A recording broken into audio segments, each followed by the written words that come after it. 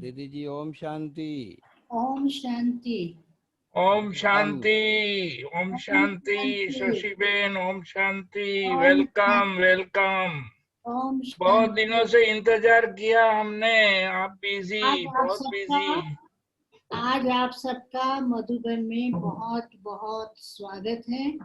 और खास मैं इंद्रप्रस्थ में बैठी हूँ। पीछे आप देख रहे हैं शांति स्तंभ दिखाई दे रहा है। शांति स्तंभ दिखाई दे रहा है। सुनाई दे रही है मेरी आवाज? हाँ हाँ जी, हाँ, सुनाए अच्छा, दिखाई दे सुनाई रहा दे है। रहा है शांति मेरे स्तंभ। पीछे शांति स्तंभ। तो आप सभी मधुबन में अभी पहुंच जाओ। शांति स्तंभ के चारों तरफ बैठ जाओ और बाबा की गोदी में बैठ जाओ। बाबा आप सबको देख रहा है। तो आज आप सबका मधुबन तपस्वी भूमि बाबा की लाडले बच्चों का बहुत बहुत स्वागत है। मधुबन तो हमारा अपना घर है और साथ साथ मधुबन में बाप दादा वतन से आप सबको देख रहे हैं। और इसके साथ साथ हमारी प्यारी मम्मा, दीदी, दादी, एडवांस पार्टी के भी आप सबको देख रहे हैं और बहुत बहुत याद दे रहे हैं। क्यों? क्योंकि बड़ौदा की जो धरनी है वो बाबा की लाडली धरनी है। और बड़ौदा में जो रतन निकले हैं वो बाबा के विशेष रतन हैं। जयंत भाई और चंपा बहन ये तो बाबा के पुराने रतन। तो बाबा क्या कहते हैं, पुराने तो पुराने, नए सुभान अल्लाह। नए रतन निकले हैं वो बाबा के बहुत नजदीक। जो पुराने हैं वो बाबा की पालना लिए हुए बाबा की गोदी में बैठे हैं। तो इसलिए आपका खास करके करेली बाग और इससे संबंधित जो भी सेंटर्स हैं, जो भी भाई बहनें हैं, आप सबको मधुबन के अंदर विशेष निमंत्रण है। अभी आप बुद्धि रूपी विमान से मधुबन में पहुंच जाओ। पहुंच गए ना? जी मधुबन थैंक यू। में पहुंच जाओ, क्योंकि आप सभी बाबा के दिल तख्त नशीन बच्चे हैं। और दिल तख्त नशीन बच्चे सदा बाबा की गोदी में खेलते हैं। बाबा उनको रत्नों से भरपूर करता है। तो आपके भाग्य को देख करके मैं तो बाबा को बहुत बहुत थैंक्स दे रही थी कि कितना न भाग्यशाली है। ऐसी धरनी में आप रहते हैं जहां आपको सेवा करने का, अनेकों का भाग्य बनाने का एक सुंदर मौका मिला है। बड़ौदा की धरनी के लिए मुझे याद आता है कि कैसी पुरानी दादियों में से झुग्गी दादी गली गली में जा करके एक एक जगह जा करके ढंडोरा पीटती, बाबा का संदेश देती और सबको कहती भगवान आया है, भगवान आया है। तो ऐसी धरनी में पहले से ही बाबा ने बीज डाल के रखे हैं और वो बीज को पानी देना, फल निकलना, प्रफुल्लित होने के लिए बाबा ने आप सबको इतना अच्छा सेवा का मौका दिया है। तो अभी हम पहले आप सबका स्वागत करते हैं। स्वागत के साथ साथ हम आपसे बाबा के साथ के और प्यारी दादियों के साथ के और खास करके मधुबन धरनी के साथ के आपसी लेन देन में करेंगे। आप सबको मालूम है कि इस शरीर का नाम शशिबेन है। पिछले 62 ईयर्स से राजयोग का अभ्यास तो क्या, बाबा की बच्ची हूँ। और मैंने ये ज्ञान जो है करनाल, दिल्ली के पास करनाल जगह है जहाँ पर उस समय मनोहर दादी रहती थी, छोटे ही पन में ये ज्ञान लिया था। तो लेकिन ज्ञान लेने के हर एक का जीवन का इतिहास अलग अलग है। जब शुरू में ये विद्यालय हैदराबाद सिंध में था, उस समय माताएं, कन्याएं, भाई जो हैं वो बहुत बंधनों को पार करके वहां पर पहुंचे थे। उन्होंने त्याग और तपस्या से अपने जीवन को समर्पित किया।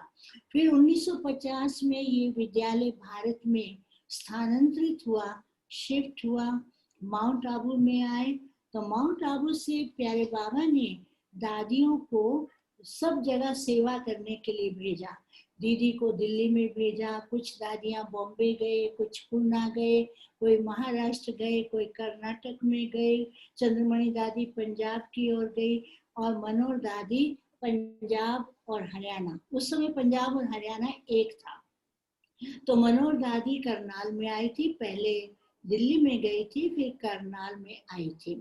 तो मनोहर दादी के स्वभाव को तो आप जानते ही हैं, बहुत हंसना बहलाना, बहुतों के प्यार से पालना करना। तो जब वो करनाल में आए तो बहुतों की सेवा की। उस समय बहुत माताएं परिवार के परिवार आते थे और एक ऐसा परिवार निकला था जिन्होंने अपना ही घर दे दिया था सेंटर चलाने के लिए। तो उस समय युगल भी बहुत आते थे, माताएं भी बहुत आती थी और कन्याओं का तो एक बहुत बड़ा झुंड था।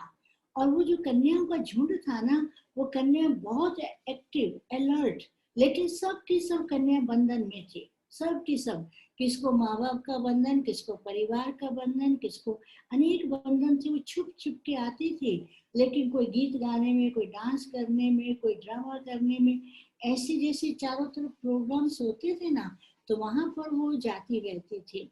तो मैं जब आई, मेरा आना, मैं यही समझती हूँ कि बाबा ने ही मेरे को चुना और सिलेक्ट किया, बाबा ने पुरुषार्थ किया। दुनिया में 3 प्रकार के लोग होते हैं। एक होते हैं जो मेहनत करके कुछ प्राप्त करते, एक होते हैं जो भाग्य लेकर के आते हैं, थोड़ी मेहनत करते हैं, प्राप्त करते हैं, और तीसरे होते हैं जिनके लिए भगवान करता है। तो वो जो हमारी बहनें कुमारियां माताएं आई थी, वो बहुत मेहनत, बहुत त्याग करना पड़ता था उनको।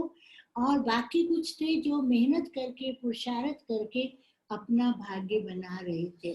तो मैं तो सोचती हूँ मेरे के लिए बाबा ने खुद पुरुषार्थ किया, मैंने तो कुछ किया नहीं।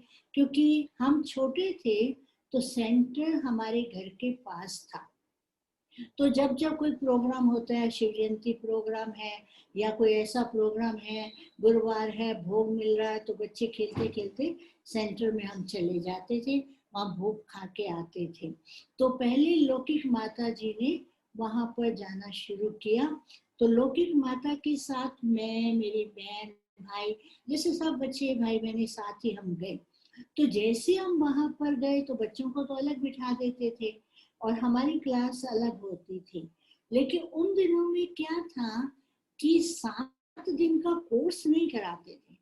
उन दिनों में ऐसा था कि हम क्लास में जाके बैठते थे, योग में बता देते थे, सिर्फ इतना ही बताते थे कि तुम आत्मा हो, शिव बाबा को याद करो। लेकिन बाबा कहते हैं ना कि आप ऐसा वाइब्रेशन क्रिएट करो कि उस वाइब्रेशन में जो भी आने वाली आत्मा है उस वाइब्रेशन में खो जाए। तो उस समय ऐसा होता था, सेंटर का वातावरण, क्लास का वातावरण इतना पावरफुल होता था कि एंटर करते ही हम कहाँ हैं हमको कुछ पता नहीं होता था, 1 सेकंड में उड़ जाते थे। तो जैसे शुरू में बाबा ने यज्ञ की स्थापना के लिए क्या किया था, हैदराबाद सिंध में सबके सब ध्यान में जाते थे। 2-2 दिन तक, 3-3 दिन तक कोई कृष्ण को देख रहा है, कोई नारायण को देख रहा है, कोई सतयुगी दुनिया में घूम रहा है। क्योंकि 14 साल तक उनको बिजी करना कोई कम बात नहीं थी। बाबा ने उनको ये सब पाठ दे करके, ज्ञान योग, तो छोटे बच्चे थे, नए नए थे, उनको ये तो पता नहीं था कि हम 80 साल तक आगे और ये ज्ञान को लेते रहेंगे। तो बाबा ने उनको अनुभव कराए। अनुभव के साथ साथ बाबा उनको वो साक्षात्कार के सीन दिखाते थे। इसी प्रकार से भारत के अंदर भी शुरू में क्या हुआ कि ये जब दादियां जहां भी जाती थी, जहां भी बैठती थी, दादियों को देखते या योग में बैठती ही सबको क्या होता, साक्षात्कार होने लगते थे।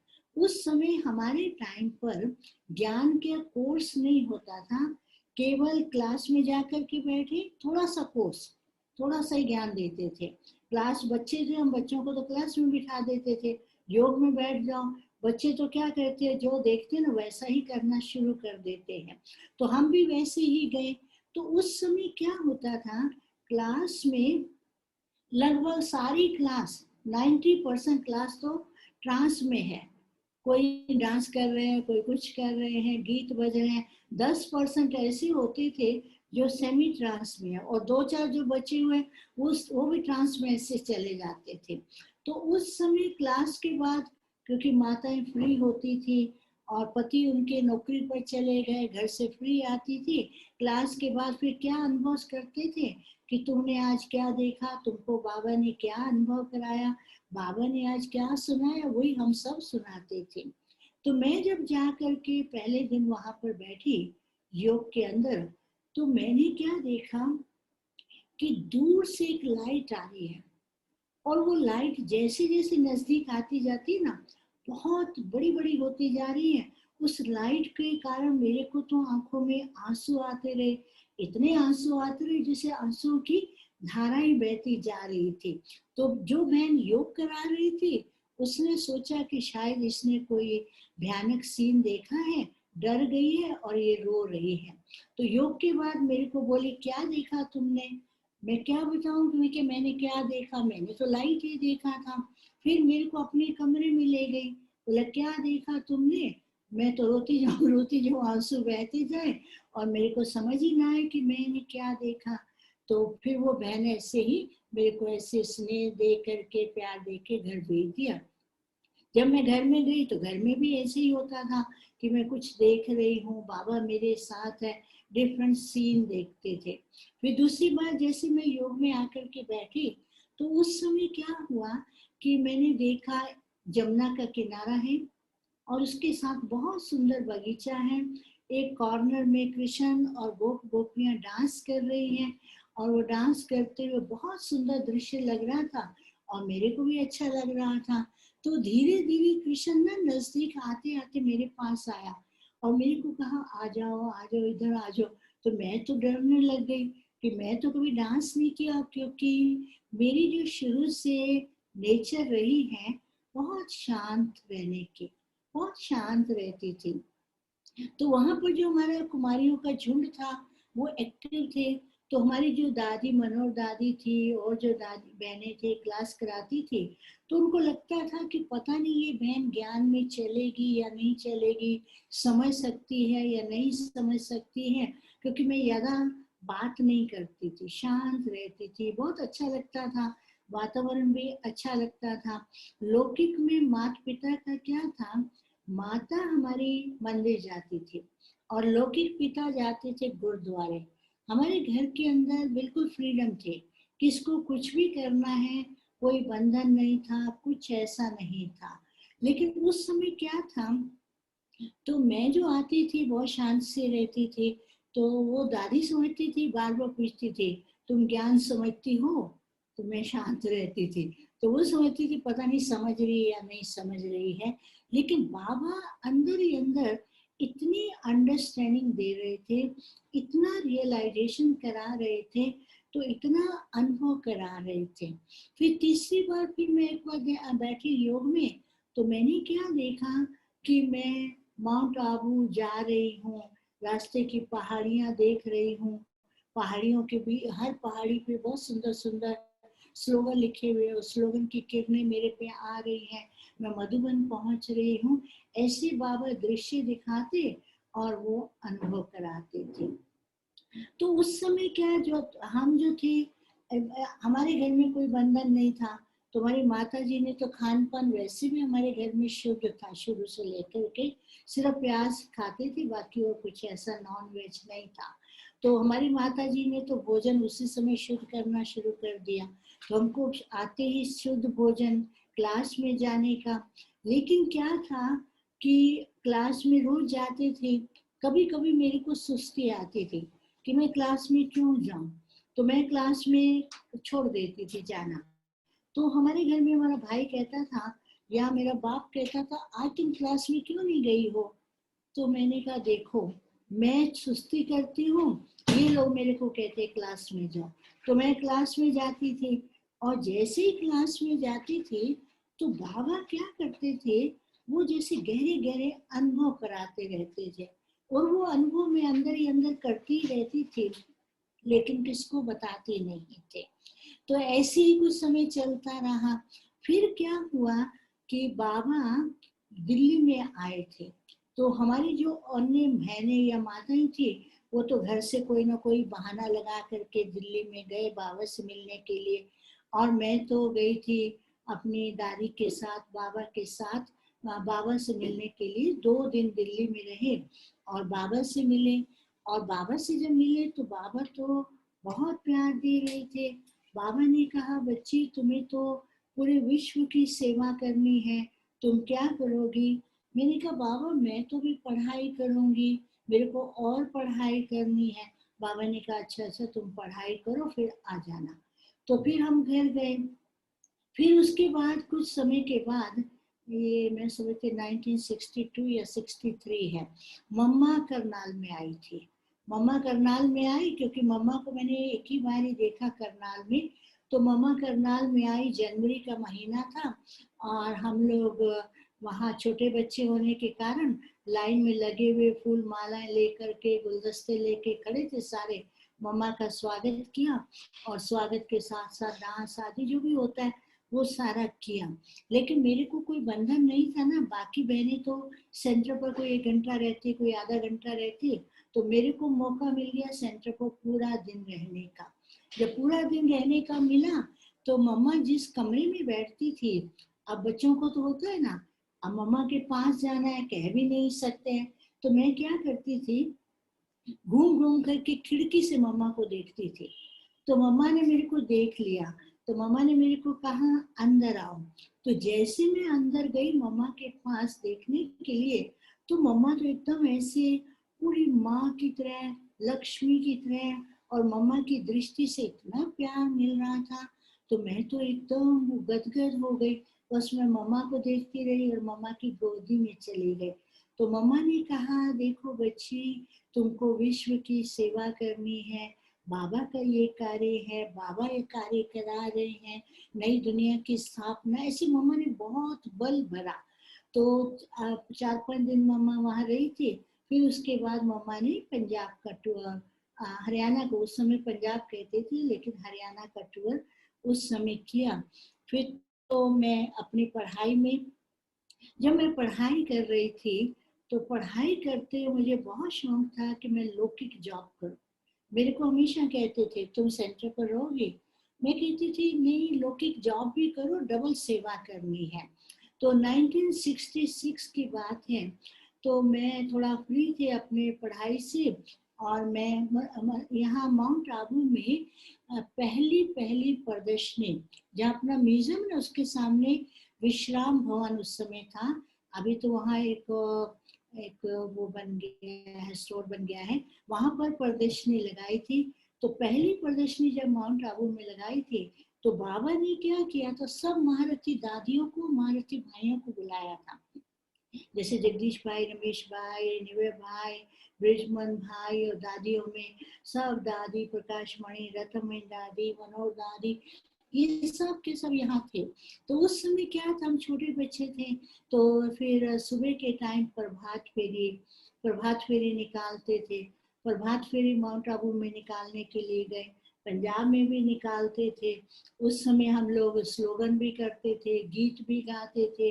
गीत गाते थे, वो आपको 2 लाइन सुना देती हूँ। उठो सोने वाले, दिन चढ़ आया है, परम धाम से निराकार शिव आया है। सोने का वक्त न भाई, मैं दूं तुमको समझाई। ऐसे करके हम लोग गीत गाते थे। गीत गाते फिर नारे गाते थे, ऐसे करके। वो तो क्या, प्रभात फेरी निकालना, उसमें भाग लेना कोई कॉमन बात नहीं है। जो जोर जोर से स्लोगन बोलना वो कॉमन बात नहीं है। लेकिन जब प्रभात फेरी करके हम गेट के पास आए ना, तो वहां जो पांडवन के गेट में जहाँ श्री कृष्ण का चित्र है, ये एक पहाड़ी है। ये पूरा जो हमारा ऑफिस है एक पहाड़ी है। इस पहाड़ी, उस समय बाबा के टाइम पर ये पहाड़ी थी। तो बाबा यहाँ पर खड़े हुए थे और जो गेट था वो कच्चा गेट था, कोई इतना पक्का गेट भी नहीं था। तो बाबा के हाथ में वो गुलाबाशी थी और बाबा के सामने आकर के हमने गीत गाए, नारे लगाए। तो बाबा तो बहुत खुश हो रहे थे, बड़ा अच्छा दृश्य लग रहा था कि बाबा ऊपर खड़े हैं और हम सब नीचे खड़े हुए नारे लगा रहे हैं। तो बाबा ने बहुत प्यार किया सबका, खास करके कुमारियों को। तो यहाँ जब मैं रही दादी के साथ लगभग 2 मास रहने का मौका मिला, तो उसमें क्या होता है कि बड़ों के साथ सब प्राप्ति हो जाती, हमारा पुरुषार्थ कुछ नहीं। नहीं तो बाबा से मिलने के लिए भी परमिशन लेनी पड़ती, बाबा के पास जाना है, कभी बाबा खुद बुला लेते। तो उसमें मनोहर दादी के इस कारण ही मेरे को हर समय बाबा की हर एक्टिविटी में और हर कार्य में बाबा के पास जाने का मौका मिला। सुबह मुरली क्लास के बाद बाबा जी हैं, बाबा मुरली चलाते थे हिस्ट्री हॉल में। मुरली क्लास के बाद बाबा, ये जो दादी का कमरा है, उस समय दीदी का मम्मा का कमरा था, फिर उसके बाद दीदी का कमरा था। तो बाबा वहां आकर के बैठते थे और बाबा से क्या है कि सब बहनें दादियां बाबा को प्रश्न पूछती थी, बाबा आज मुरली में ये प्रश्न था, तो बाबा को पूछते थे और बाबा मुस्कुराते थे, बाबा उनका जवाब देते थे।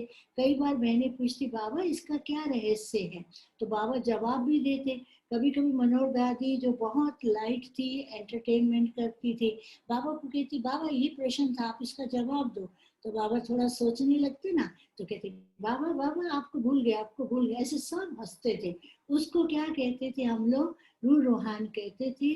तो ऐसे करके बाबा के साथ हम लोग सुबह रोज क्लास के बाद दादियों के साथ मेरे को भी मौका मिल जाता था। फिर कभी कभी मनोहर दादी जाती थी बाबा से मिलने के लिए किसी काम के लिए, तो बाबा कहते थे, वो बालकी कहाँ है जो तुम्हारे साथ है, उसको क्यों नहीं लाई हो साथ में, तो उसको भी साथ में ले आओ। फिर दादी मेरे को बुला लेती थी। फिर बाबा क्या करते, अब दादियों को टर्न होता था, कभी कोई दादी कभी कोई दादी बाबा के साथ भोजन स्वीकार करेंगे। तो मेरे को भी ऐसे मनोहर दादी का जब टर्न आया, तो मेरे को भी बाबा के साथ भोजन खाने का मौका मिला। लेकिन उसके साथ ही जो प्रदर्शनी लगाई थी माउंट आबू में, प्रदर्शनी समझाने के लिए रोज मैं सुबह जाती थी, सुबह जाती थी और शाम को आते थे। और रोज रात को बाबा के पास जाना होता था। तो उस समय जब मैं जाती थी, क्योंकि अंदर ज्ञान तो भरा हुआ था ना, ज्ञान तो अच्छी तरह से भरा हुआ था, वो मैं सुना के आती थी। तो रात को बाबा पूछते थे, आज तुमने कितनी पार्टी सुनाई, उन्होंने क्या प्रश्न पूछा, तुमने क्या जवाब दिया, तो मैं बाबा को बताती थी। तो बाबा को बहुत अच्छा लगता था। तो उस समय जैसे कि जो ज्ञान बाबा ने भरा था, वो सारा का सारा ज्ञान जो है मेरी बुद्धि में बैठने लगा। तो उन दिनों मैं फ्री थी अपने घर में, तो मैं वहाँ टाइपिंग सीख रही थी। तो बाबा हम कहते थे, ये हिंदी मुरली इंग्लिश में ट्रांसलेट होगी और ये मुरली जो है विदेश में जाएगी। तो उस समय क्या करते थे, मुरली के कुछ पॉइंट दादा आनंद किशोर 10-12 पॉइंट उसको इंग्लिश में ट्रांसलेट करते थे, पूरी मुरली नहीं। और वो पॉइंट टाइप करके, क्योंकि विदेश में 2-4 फैमिली थी, जैसे चंद्रा बहन है, जयंती बहन की मम्मी, ऐसे उनको 5-6 जगह ये मुरली टाइप की भेजी जाती थी। तो मैं वहाँ जब आई तो फिर थोड़ा टाइप किया। एक दिन बाबा मेरे पास आए, तो मैं टाइप कर रही थी, तो बाबा ने कहा, बच्ची तुम क्या कर रही हो, मैंने कहा बाबा टाइप कर रही हूँ। तो बाबा ने कहा, बच्ची अच्छा दिखाओ कैसी कर रही हो। अब बाबा सामने खड़े, मैं करूँ जरूर कुछ ना कुछ गलती तो की होगी, मैं थोड़ा सा घबराई भी थी। तो बाबा ने कहा, बहुत अच्छा बहुत अच्छा, तुम यहाँ रहना, फिर यहाँ ही सेवा करना। अरे मैं तो सोच में पड़ गई कि मैं यहाँ रहूंगी। बाबा ने कहा, तुम क्या करोगी, यहाँ रहोगे। मैंने कहा, बाबा मैं यहाँ नहीं रहूंगी। बाबा ने कहा, क्यों। मैंने कहा, बाबा मेरे को तो नौकरी करनी है। बाबा ने कहा, नौकरी करनी है। मैंने कहा, क्योंकि मुझे नौकरी का इंटरेस्ट था, घर से कोई बंधन नहीं था, फ्री नहीं था।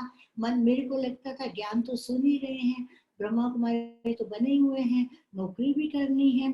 तो बाबा ने उस समय क्या कहा, हाँ बच्ची तुम जाओ फिर आना। अच्छा, फिर 2 महीना यहाँ रहे, बाबा के साथ हम वॉक भी करते थे। कभी कभी बाबा, ये हिस्ट्री हॉल है ना, इसकी छत पे खड़े हो जाते थे। उस समय गीत बजाते थे, धरती को आकाश पुकारे आना ही होगा, ऐसे गीत बजाते थे। फिर बाबा सब बच्चों को ऊपर बुलाते थे। बाबा कहते आओ बच्चे, आओ बच्चे। हम सब दौड़ दौड़ करके दादियाँ ऊपर चले जाते थे हिस्ट्री हॉल के ऊपर। फिर बाबा, ये जहाँ मेडिटेशन हॉल है, ये बाबा के टाइम पर पहाड़ी थी। इस पहाड़ी पर बाबा खुद भी बैठ करके तपस्या करते थे, दादियाँ भी तपस्या करते थे। कभी कभी बाबा कहते आओ, दादियों को बुलाते थे, सभी महारथियों को बुलाते थे, कहते थे यहाँ हम सेमिनार करेंगे। सेमिनार मीन्स रूहान की सेवा के प्लान कैसे करने हैं, योग के प्रोग्राम कैसे बनाने हैं। तो वहां पर बाबा बैठ करके करते थे और सब दादियां बैठती थी, बहुत अच्छे अच्छे सेवा के प्लान करते थे। ये तो मेडिटेशन हॉल जो है बाबा के जाने के बाद 1975 में बना है। अच्छा, तो फिर उस समय हम लोग बाबा के साथ घूमने भी जाते थे। कभी कभी बाबा हिस्ट्री हॉल की छत पर बैठ करके 4 कोनों में बैठते थे, और बाबा भी धरती पर बैठते थे। हम सब धरती पर बैठ करके वो भोजन स्वीकार करते थे। तो बाबा के साथ बहुत समय बिताने का मौका मिला, और बाबा ने तो बहुत कुछ भरपूर किया। तो उसी समय ही बाबा ने अनेक वरदान दे दिए थे, लेकिन उस समय तो हमको पता नहीं पड़ता है कि बाबा ने जो वरदान दिया है, मालूम नहीं पड़ता कि बाबा ने क्या वरदान दिए। फिर जैसे मैं यहाँ से गई, अपने लोग के घर गई, तो मेरे को लगा मेरे को तो जॉब करनी है। तो मैं जैसे गई, उसके बाद तो मैं जॉब के लिए अप्लाई भी कर दिया था, जॉब भी मिल गई। तो इतने में तो बाबा अव्यक्त हो गए। जब बाबा अव्यक्त हुए तो मैं थोड़ा फ्री थी, तो मनोहर दादी तो यहाँ मधुबन में आ गई, और भी बहनें आ गई, तो मुझे सेंटर पर रख के आ गए थे। मैं फिर सेंटर पर रही, तो मुझे सेंटर पर रहने का मौका मिला और बहुत अच्छे अनुभव करने का मौका मिला। फिर भी मेरे को बुद्धि में था कि मेरे को नौकरी करनी है। फिर मैंने अप्लाई किया, तो मेरी नौकरी लगी चंडीगढ़ में, घर करनाल में, नौकरी चंडीगढ़ में। और चंडीगढ़ जो है उस समय नया शहर बना हुआ था, और बहुत अच्छा था, लोग भी अच्छे थे। और मैं जब वहां जाऊं तो मेरी माता जी कहे तुमको मैं अकेले नहीं रखूंगी। फिर एक बीके फैमिली थी, उसके पास रही। लेकिन जैसे मैं योग में बैठती थी, बाबा तो मेरी इंटेलेक्ट को, बुद्धि को खींचते थे। बच्ची, तुम्हें विश्व की सेवा करनी है। ऑफिस में जाऊं तो ऑफिस में बड़ा अच्छा वातावरण था, लोग बड़े अच्छे, क्योंकि अलग अलग स्टेट से आए थे। चंडीगढ़ जो है एक बहुत एक मॉडर्न टाइप का बना हुआ था उस समय। तो जैसे ना गांधीनगर है अहमदाबाद का, लेकिन उससे भी सुंदर। तो मेरे को बहुत अच्छा लगता था, ऑफिस भी अच्छे लगते थे। लेकिन बाबा क्या करते थे, रोज कोई ना कोई प्रेरणा देकर, टाइम थोड़ा है, विश्व की सेवा करनी है। तो फिर मैंने थोड़ा समय नौकरी किया, फिर मैं छोड़ करके, क्योंकि घर से तो कोई बंधन नहीं था, मैं छोड़ करके यहाँ मधुबन आई। और मधुबन में मैंने यहाँ ट्रेनिंग किया। तो ट्रेनिंग करते हुए मेरे को दादी ने, दीदी ने भेजा कलकत्ता। 1-2 मास कलकत्ता रही। कलकत्ता के बाद फिर 1 साल रही मैं पटना में। फिर पटना के बाद फिर मैं नेपाल में रही 1 साल, वहां पर सेंटर चलाती थी काठमांडू में।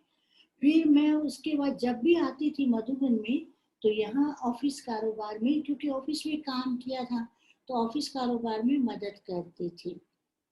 तो दादी कहती थी कि यहाँ पर तुम रहो और यहाँ ऑफिस में काम में मदद करना।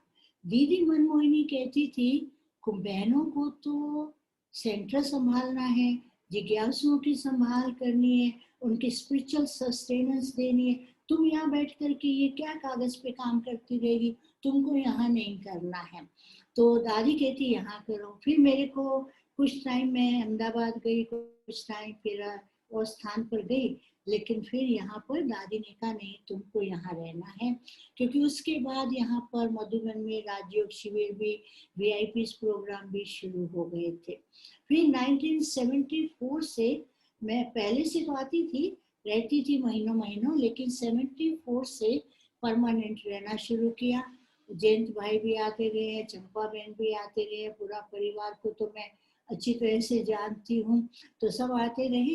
तो मधुबन में रहते हुए मेरे को वो बाबा के महावाक्य याद आते हैं कि जो साकार में बाबा ने कहा था, बच्चे जाओ फिर आना।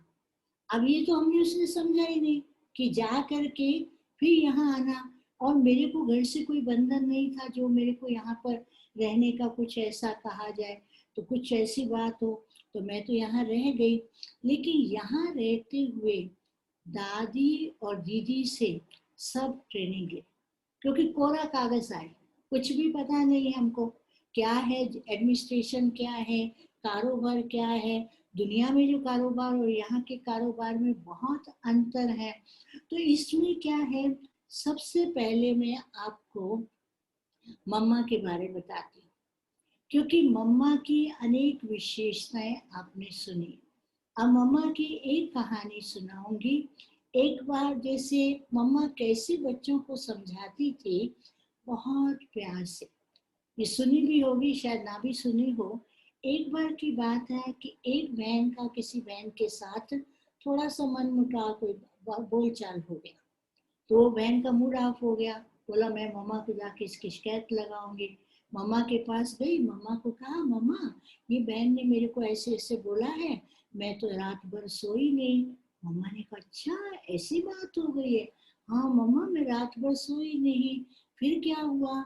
मैं सुबह योग भी नहीं किया। फिर क्या हुआ? मैं क्लास में भी नहीं आई, मैंने ड्यूटी भी नहीं किया।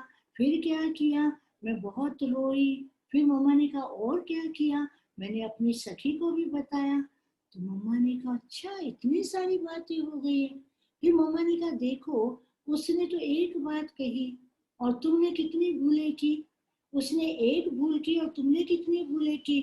फिर उसको रियलाइज हुआ, हाँ मम्मा मेरी तो बहुत सी भूलें हो गई। तो मम्मा ने कहा देखो, एक छोटी सी बात के लिए इतनी भूलें हम कर लेते हैं, हमको पता नहीं रहता। इसीलिए क्या है, हर बात का ध्यान देना बहुत जरूरी है। तो मम्मा की तो कितनी कहानियां हैं, कितनी बातें हैं, सुने तो कम है। एक बार की बात है कि जहाँ बाबा होते थे ना, सारे बाबा के पीछे चले जाते। बाबा चक्कर लगा रहे हैं तो सारे बाबा के साथ।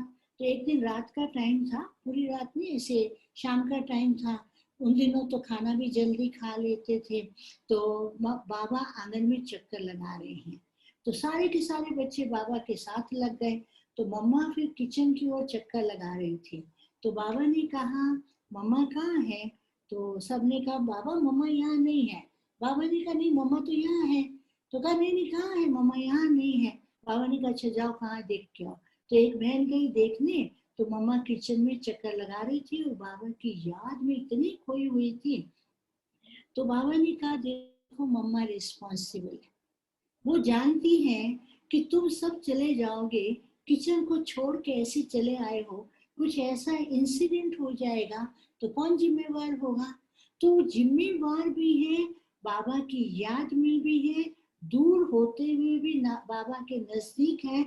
इसलिए हमको सच्चे दिल से बाप से प्यार है, तो हम यज्ञ की रिस्पॉन्सिबिलिटी को भी संभालते हैं, यज्ञ का भी पूरा ध्यान देते हैं, अपनी जिम्मेवारी पे पूरा ध्यान देते हैं और हर कार्य करते हैं। तो फिर ये तो मम्मा के बारे में। फिर दीदी की बात सुनाती हूँ। दीदी बहुत स्ट्रिक्ट थे, लेकिन वो स्ट्रिक्टनेस जो थी वो यज्ञ का आधार था। जो फाउंडेशन स्ट्रांग होता है ना, तो हर कार्य सहज हो जाता है। आज दादी और दीदी और मम्मा और सब जितने महान दादियां हुई हैं, आदि रतन, ये सारे फाउंडेशन है।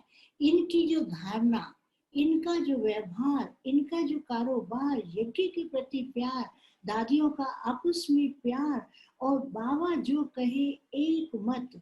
मैं आपको क्या बताऊं, जब बाबा अव्यक्त हुए, दादी ड्यूटी पर थी, तो दादी और दीदी दोनों एक मत, हमेशा यही गाते थे कि दो शरीर हैं लेकिन आत्मा एक है।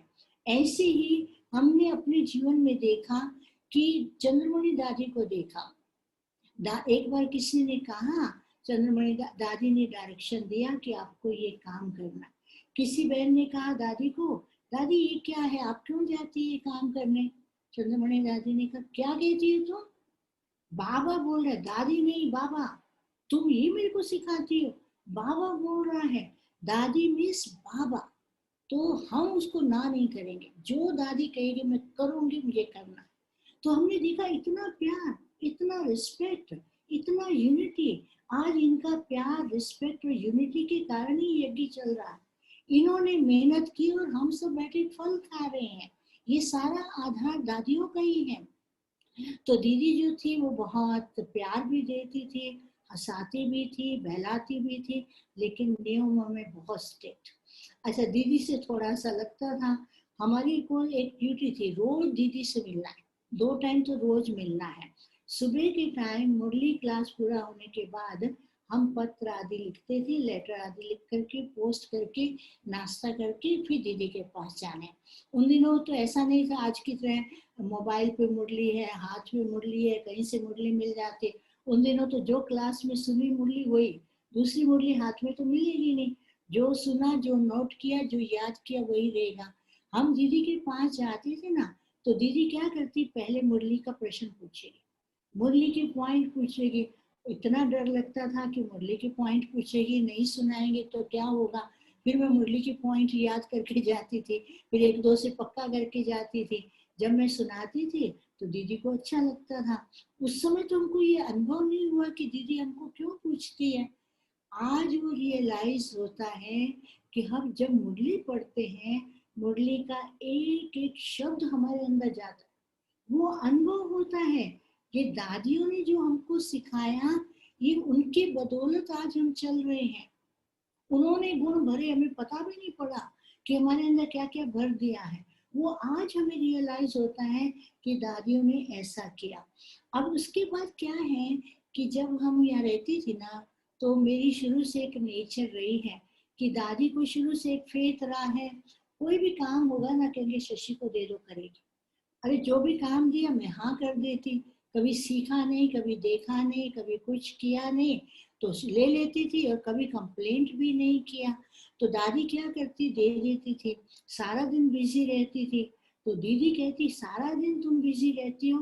रोज रात को हमको दीदी को चार्ट सुनाना होता था।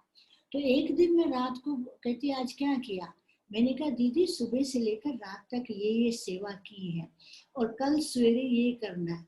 तो कहती तुम सारा दिन सेवा करती हो, क्योंकि मैं ऑफिस में बैठी रहती थी, कई प्लान्स, मैंने प्रोग्राम्स होते थे, ऑर्गेनाइज करना है, बहुत से प्रोग्राम यही होते थे ना पहले पांडव भवन में। हमारे ऑफिस से ही सब कुछ डील होता था, निर्भया भाई और दादी ये सब इधर से सब करवाते थे। तो मेरे को कहती हैं, देखो दादी जी ने कितना ध्यान दिया। तो मेरे को कहती हैं कि तुम सारा दिन काम करती, फिर रात को कहती है कल सवेरे मेरे को ये काम करना है।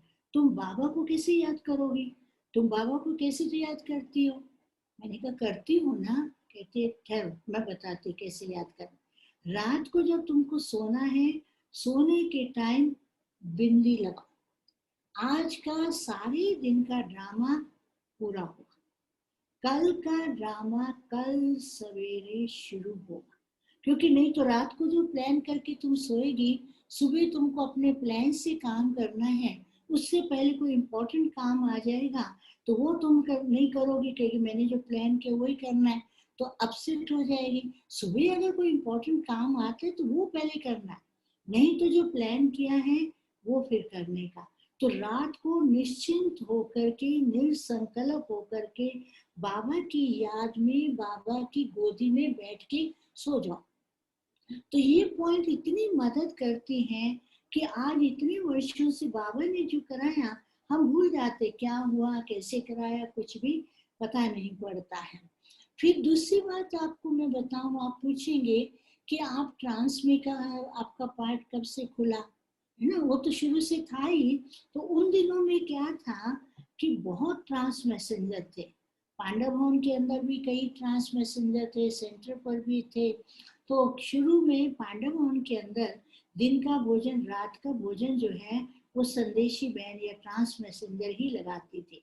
एक बार कहीं कहीं जगह कहीं प्रोग्राम था, मेला था, यहाँ से सब लोग चले गए थे ट्रांस मैसेंजर, तो कोई भी नहीं था, दीदी थी, मैं थी और बहनें थी। तो दीदी कहती आज भोग कौन लगाएगा, आज भोग कौन लगाएगा। तो किसी को मालूम था कि मैं ध्यान में जाती हूँ, तो उसने जाके दीदी को बता दिया। तो दीदी मेरे को बुलाया, बोला आज तुमको भोग लगाना है। मैंने कहा दीदी मैं भोग नहीं लगाऊंगी, मैं तो लगाया ही नहीं है। कहती नहीं, तुम बैठो स्टेज पे, मैं तुमको दृष्टि दूंगी, तुमको बाबा के पास उड़ाऊंगी। तो दीदी नीचे बैठी, मेरे को स्टेज पे बिठाया, मैंने भोग लगाया। फिर क्या होता था, जब कभी कोई नहीं है फिर मेरे को कहते थे कि आप भोग लगाओ, तब फिर बीच बीच में लगाती थी। फिर लास्ट में तो फिर जैसे कि और नहीं है, बाबा के कार्य हैं, तो बाबा अपना कार्य किसी न किसी के द्वारा तो कराता ही रहता है। तो फिर इस प्रकार से रहा। फिर दादी के साथ रहते हुए, दादी जो है एक तो ऐसी पर्सनैलिटी, दादी की प्यार इतना कि दादी को कोई भी बात बता दें तो दादी कभी भी मन में नहीं रखती। और दादी का दिल इतना विशाल, और सबको, मैं आज जैसे ना स्लोगन में हर एक को अपनी सीट पर सेट होना है, तो मैं तो यही सोचती हूँ कि दादी ने आज भारत के जितने भी सेंटर हैं या विदेश के सेंटर हैं या मधुबन के अंदर जितने भी डिपार्टमेंट हैं, सब के ऊपर एक एक को बाबा ने दादी के द्वारा सेट किया। आज जहाँ भी भारत में सेंटर खुले तो उस पर दादी सबको कहती तुम रहो, तुम रहो, तुमको सेंटर चलाना है, तुमको करना है। मधुबन के इतने डिपार्टमेंट जो बने वो दादी ने सबको जिम्मेवारी दी, आज तक वो अपने दिल से करते आ रहे हैं। दादी ने कभी भी ऐसा नहीं सोचा ये कैसे करेंगे, ऊपर नीचे करेंगे।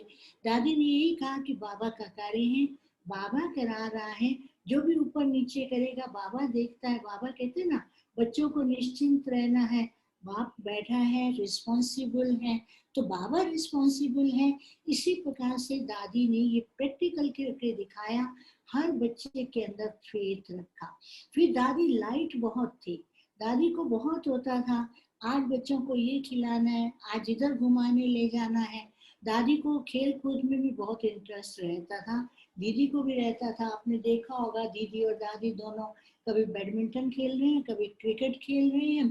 तो दादी को जब टाइम होता कहते चलो आज पीस पार्क जाएंगे, पीस पार्क में दादी खेल करती और बहुत ऐसे लाइट करती थी। और जब डबल विदेशी आती थी तो दादी उन डबल विदेशियों को क्या कहती, अच्छा, क्योंकि वो कहती थी ना कि इनको वहां तो सब खाने को नहीं मिलता है। दादी पूछती थी आज क्या खाना है सबको, कोई कहता गुलाब जामुन खाना है, कोई कहता समोसा खाना है, कोई कहता आलू चिप्स खाना है। तो दादी प्रोग्राम देती थी कि आज इनको गुलाब जामुन मिलेगा, आज आलू मिलेगा, आज चिप्स मिलेगा। लेकिन सबसे बड़ी बात भोली दादी की विशेषता बताए। भोली दादी ऐसी प्यारी दादी, दादी ने कहा ये बनाना है, हाँ दादी जी, दादी ये बनेगा, ये सब खाएंगे ये।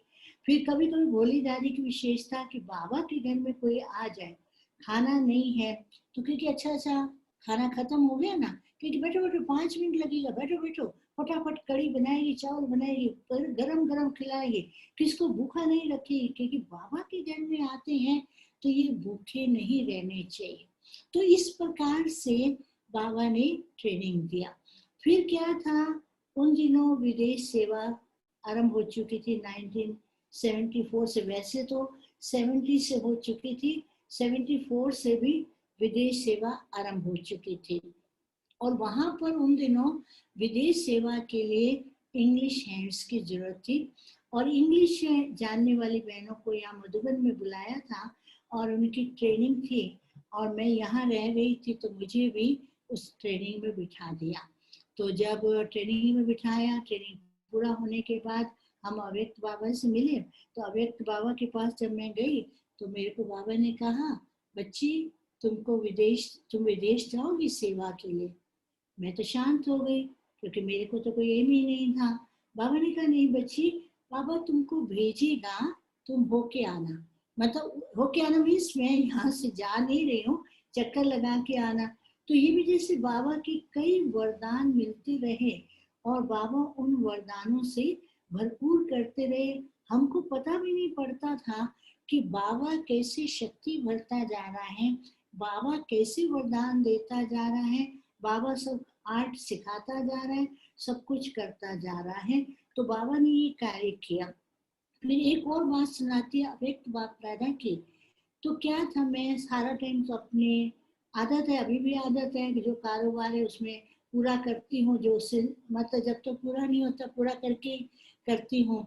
और भी सेवा करते हैं, बाबा कराता है, लेकिन मैं तो नहीं करती हूँ, बाबा ही करता है, बाबा निमित्त बनाता है। तो एक बार एक बहन मेरे पास आई, कहती है तुम यहाँ ही सेवा करती हो, तुमको तो सेंटर पर रहना चाहिए, तुम यहाँ क्या करती हो, ये ऑफिस काम करती हो, ऑफिस काम है क्या, तुम जाना चाहिए सेंटर पर। तो उन दिनों क्या था, हम लोगों को जब अव्यक्त बाबा से मिलते थे ना, हर एक का टर्न आता था, ग्रुप ग्रुप भी मिलते थे, और हर एक का हम लोगों का जब टर्न आता था 5 मिनट 10 मिनट बाबा से बात करते थे। और मेरी शुरू से नेचर रही है, मैं कभी कंप्लेंट नहीं करती थी, कोई कंप्लेंट लेके दादी के पास जाऊं या बाबा के पास जाऊं, हर एक जाता था कोई ना कोई बात अपने पुरुषार्थ के लेके जाते थे। अब मेरे पास तो कोई बात ही नहीं जो मैं लेके जाऊं, ना मैं पुरुषार्थ की बात लेके जाती, ना मैं कोई बात लेके जाती। तो मैं क्या बात करूं, आज बाबा से मिलना है। तो मैं जब बाबा के पास गई तो बाबा मेरे को दृष्टि देते ही जा रहे हैं, देते ही जा रहे हैं। फिर बाबा ने कहा कहो बच्ची कुछ कहना है। मैंने कहा बाबा मेरे को ये बहन एक आई थी, कहती है तुम यहाँ नहीं रहो, तुम सेंटर पर जाओ। बाबा ने फिर दृष्टि देना, इतनी शक्ति भरी, इतनी शक्ति भरी।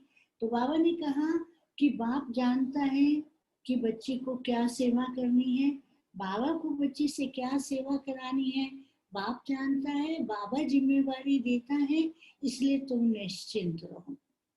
फिर बाबा ने कहा दूसरों के कहने पर अपनी अवस्था नहीं बनाओ। किसी ने कहा बहुत अच्छी, तो जैसे पारे की तरह होता है ना, पारा ऊपर चढ़ गया, किसी ने कुछ मेहमानी किया तो पारा नीचे आ गया। तो दूसरों के कहने से अवस्था बनाएंगे, वो शेकिंग होगी, जैसे ना झूला झूलता रहता है, कभी ऊपर कभी नीचे, कभी हिल रहा है कभी डोल रहा है, कभी कुछ हो रहा है, पारे की तरह स्टेज हो जाएगी। कभी तो देखो हम प्रोग्राम करते हैं ना, कोई बहुत मेहमान करते हैं, फिर बस मैंने बहुत अच्छा किया, मैंने बहुत अच्छा किया, मेरा ही प्रोग्राम था, जिसको बाबा मुरली में कहते कच्चा फल खा लिया। तो बाबा ने कहा कि दूसरों के कहने पे अपनी अवस्था नहीं बनाओ, बाबा को सामने रखो, बाबा क्या चाहते हैं वैसा ही करो। तो वो बात भी बहुत अच्छी मदद किया कि बाबा जो कह रहे वो करना है, कहने वाले तो क्या नहीं कहेंगे। फिर जब यहाँ सेवा करने बैठे कई जिम्मेवारी दादियां दे देते थे, अब अनुभव तो है नहीं, कभी ऊपर नीचे भी हो जाता था, तो कई जाते थे दादी को बोलते दादी इसने काम ठीक नहीं किया, तो दादी कहती अच्छा कोई बात नहीं है, तुम ही इसकी जिम्मेवारी ले लो। कहती ना ना मैं नहीं लूंगी। फिर दादी कहती थी नहीं, अगर तुम नहीं लेती हो, जो कर रहे हैं उसको आप मदद करो, उसको हेल्प करो, गाइड करो, उसको सहयोग दो। तो दादी का ये होता था कि एक दूसरे को हेल्प करना है, एक दूसरे को सहयोग देना है, यूनिटी बनाए रखना है, करेक्शन नहीं करो और ही उसमें अच्छी एडिशन करो, एक दूसरे की विशेषताओं को देखो, ये सब दादी ने करना सिखलाया। तो हमने देखा है दादियों ने किया, हमारे अंदर गुण भर दिया, हम उन्हें कुछ किया नहीं, करना कुछ आता नहीं था, अभी भी कुछ आता नहीं है। बाबा को जो कराना होता है करा लेता है, बाबा को जिस समय जो कार्य कराना होता है, मैं तो अपनी बुद्धि को बिल्कुल हल्का रखती हूँ, बाबा तुम्हारा कार्य है, आप जानो आपका कार्य है, आपको ही कराना है। इस प्रकार से बुद्धि को हल्का रहने से तो हमारे अंदर क्या है, हर काम में भी हल्के रहते हैं और बुद्धि हल्की रहती है। बाबा बैकबोन बन के काम कर देता है, नाम कराएगा दूसरों का, किया तो बाबा ने। अभी तक तो यही अनुभव है कि दादियां हमारे साथ हैं, हम तो केवल बच्चे हैं, कराने वाला बाबा है, हम छोटे बच्चे बन के चले, उसमें ही कल्याण है, उसमें ही अनुभव है। फिर दूसरी बात जो समय अनुसार बाबा कह रहे हैं कि बाबा कहते हैं अभी समय ऐसा चल रहा है, समय का चिंतन नहीं करो। अभी बाबा ने जो हमको बताया कि ऐसा ड्रामा अनुसार ये जो समय आया है, ये हमको अपनी अवस्था को चेक करने के लिए, अपनी अवस्था को मजबूत बनाने के लिए। बाबा हमेशा कहते थे समय आएगा, सारे विश्व के अंदर आप साकाश भेजोगे, एक स्थान पर बैठ करके वाइब्रेशन भेजोगे, प्रकृति को पावन बनाओगे। ये हम सुनते रहते थे, लेकिन ये ड्रामा ने एक ऐसा सीन क्रिएट किया है। दुनिया वाले भयभीत हैं, लेकिन बाबा के बच्चे भयभीत नहीं है। बाबा के बच्चे कितने खुश हैं। वो एक स्थान पर बैठ के जूम द्वारा क्लासेस करते हैं और वाइब्रेशन भेजते हैं। तो ये समय जो हमको मिला है अपनी स्टेज को परफेक्ट बनाने के लिए, अपने आप की चेकिंग करने के लिए, तो बाबा कहते हैं समय ऐसा मिला है ब्राह्मण परिवार को मजबूत बनाने के लिए, उनको ज्ञान और योग के वाइब्रेशंस के द्वारा शक्तिशाली बनाने के लिए और फरिश्ता बनने के लिए। जैसे बाबा कहते हैं ना, फरिश्ते बनकर के सारे विश्व में उड़ जाओ, तो फरिश्ता बनने के लिए बाबा ने कहा है। अभी मैं आपको बताऊं, वो समय अभी नहीं रहा है कि ज्ञान पुरुषार्थ कैसे करें, अब ये कैसे करना है। अभी तो बाबा ने सारा ज्ञान दे दिया। मैं आपको एक ट्रांस का मैसेज देती हूँ। एक बार एक संदेशी बाबा के पास गए, तो वहां पर पर्दा लगा हुआ था। तो बाबा को बोलती, बाबा ये पर्दे के पीछे क्या है? बाबा ने कहा नहीं बताएंगे। तो बोला बाबा खोलो ना, इसके पीछे क्या है? बाबा ने कहा नहीं खोलेंगे, अभी समय नहीं आया। कहती मेरे को देखना है। बाबा ने कहा अच्छा देखना है तो खोलते। तो जैसे पर्दा खुला, उसके पीछे देवी देवता तैयार हो रहे। किसका मुकुट पीछे, किसकी बाजू वाली, जो गले की माला नीचे गिरी पड़ी है, बाजू वाली की ही इधर गिरी पड़ी है, और अजीब से ड्रेसेस पहन के, कहाँ की ड्रेस कहाँ, चुन्नी कहाँ पहननी है, पर मुकुट कहाँ पहनना, तिलक कहाँ लगाना, सब उल्ट पुल्ट लगा पड़ा था। तो देख करके हंसने लगे। बाबा ने कहा क्यों हंसती हो? कहती बाबा ये तो सब कार्टून है, ऐसे इनको ये भी पता नहीं कि तिलक कहाँ लगाना है, इनको ये भी पता नहीं कि मुकुट कहाँ पहनना, कहाँ मुकुट पहना हुआ है। बाबा ने कहा यही बच्चे कर रहे हैं, बाबा ने सब कुछ दे दिया है, अभी इसके आगे और क्या देंगे। बाबा ने कहा केवल सेट करना है अपने को। कैसे सेट करना है? स्व स्थिति का तिलक दो, जिम्मेवारी का ताज पहनाया है। जिम्मेवारी का ताज कौन सा? सेल्फ परिवर्तन के लिए, सेल्फ ट्रांसफॉर्मेशन के लिए, विश्व को साकार देने के लिए। बाबा ने जो ताज दिया है, जो कंगन दिए हैं, उसमें आप इष्ट देव बनो। तो आपके भगत आपको पुकार रहे हैं, वो आपसे बहुत कुछ मांगते हैं, लेकिन आप क्या करें? अभी भी पुरुषार्थ करना है। बाबा योग नहीं लगता है, बाबा मैं क्या करूं, मेरा योग नहीं लगता है। बाबा इस पे भी हंसते हैं। एक बार किसी ने कहा बाबा को, बाबा मैं ना, मेरा योग नहीं लगता। बाबा ने कहा तू तो सहज योगी है। कहा कैसे? कहा तुम यही कहते ना, बाबा मैं आपको याद नहीं कर सकता, बाबा मैं आपको भूल जाता हूँ, बाबा मैं क्या करूँ, मैं याद नहीं कर सकता हूँ, बाबा मैं कैसे याद करूँ। तो क्या कर रहा है? बाबा बाबा ही तो कह रहा है, और क्या कह रहा है? तो याद कर रहा है उल्टे रूप में। तो बाबा ने कहा ऐसे नहीं कहो, ये कहो बाबा मैं आपका लाडला बच्चा हूँ, बाबा आपने मेरा भाग्य बनाया है, बाबा आप कितना वरदान दे रहे हैं, बाबा आप मेरे को कितना महान बना रहे हैं, हम सारे विश्व के अंदर कितने महान। तो बाबा के गुण गाओ, अपने भाग्य के गुण गाओ। ये यही तो योग है। बाकी योग नहीं लगता, योग नहीं लगता। अरे आजकल क्या करते हैं, 10 लोगों से चार्ट मांगते हैं, तुम्हारा चार्ट कैसा है? 10 चार्ट इकट्ठे करके बैठ जाते हैं। अरे वो चार्ट एक लिखा, फिर दूसरे दिन दूसरा लिखा, तीसरे दिन तीसरा लिखा। बाबा ने कहा चार्ट अंदर चेक करो, एक चार्ट रखो, लेकिन साथ साथ अपनी बुद्धि को भटकाओ नहीं, करेक्शन में मत जाओ, बाबा से कंप्लेंट नहीं करो। अभी तो समय है अपने आप को भरने का, भक्तों को साक्षात्कार कराने का। इष्ट देव बनो, और इष्ट देव बनकर के सारी दुनिया को बाबा का मैसेज दो, क्योंकि नई दुनिया को अभी नजदीक लाना है। तो इसलिए आप सभी बहुत अच्छी अच्छी सेवाएं कर रहे हैं, करते रहो, बाबा के साथ का अनुभव करते रहो, इष्ट देव बन करके सबको साकाश दो। और बाबा कहते हैं ये सब मेरे लाडले बच्चे हैं, आप सभी तो बड़ौदा के रहने वाले। बड़ौदा तो पहले राजाओं की धरनी रही है, जैसे राजस्थान राजाओं की धरनी है, आपको भी बाबा ने ऐसे स्थान पर बिठाया है। तो आप सभी आगे बढ़ते रहो, बाप की छत्र छाया में हो, एग्जाम्पल बन के और उदाहरण मूर्त बन करके, उदार मूर्त बन के सबका कल्याण करो। अच्छा, ओम शांति, ओम शांति, ओम शांति, ओम शांति। ओम शांति।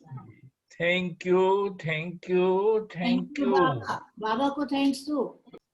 अच्छा, बहुत अच्छा सुनाया, हाँ जी, बहुत भरपूर किया हम Thank you. सबको।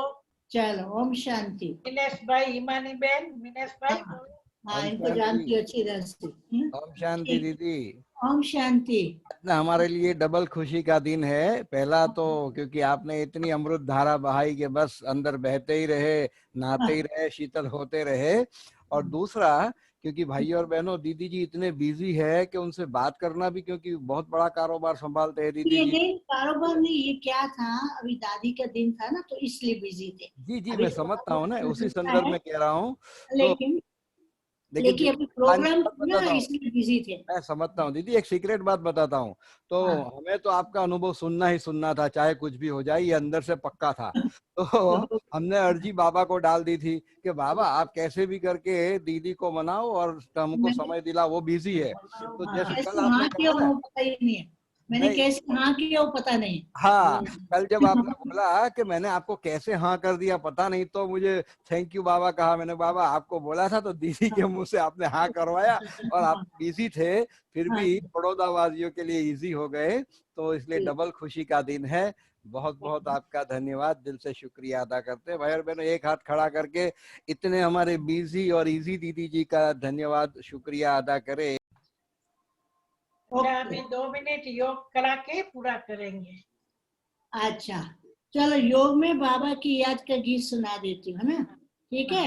हाँ जी, अच्छा, हाँ, मैं ही सुना देती हूँ अभी, है ठीक है। हाँ। मैं ही सुना देती हूँ। बहुत अच्छा। बाबा का ही सुनाएंगे।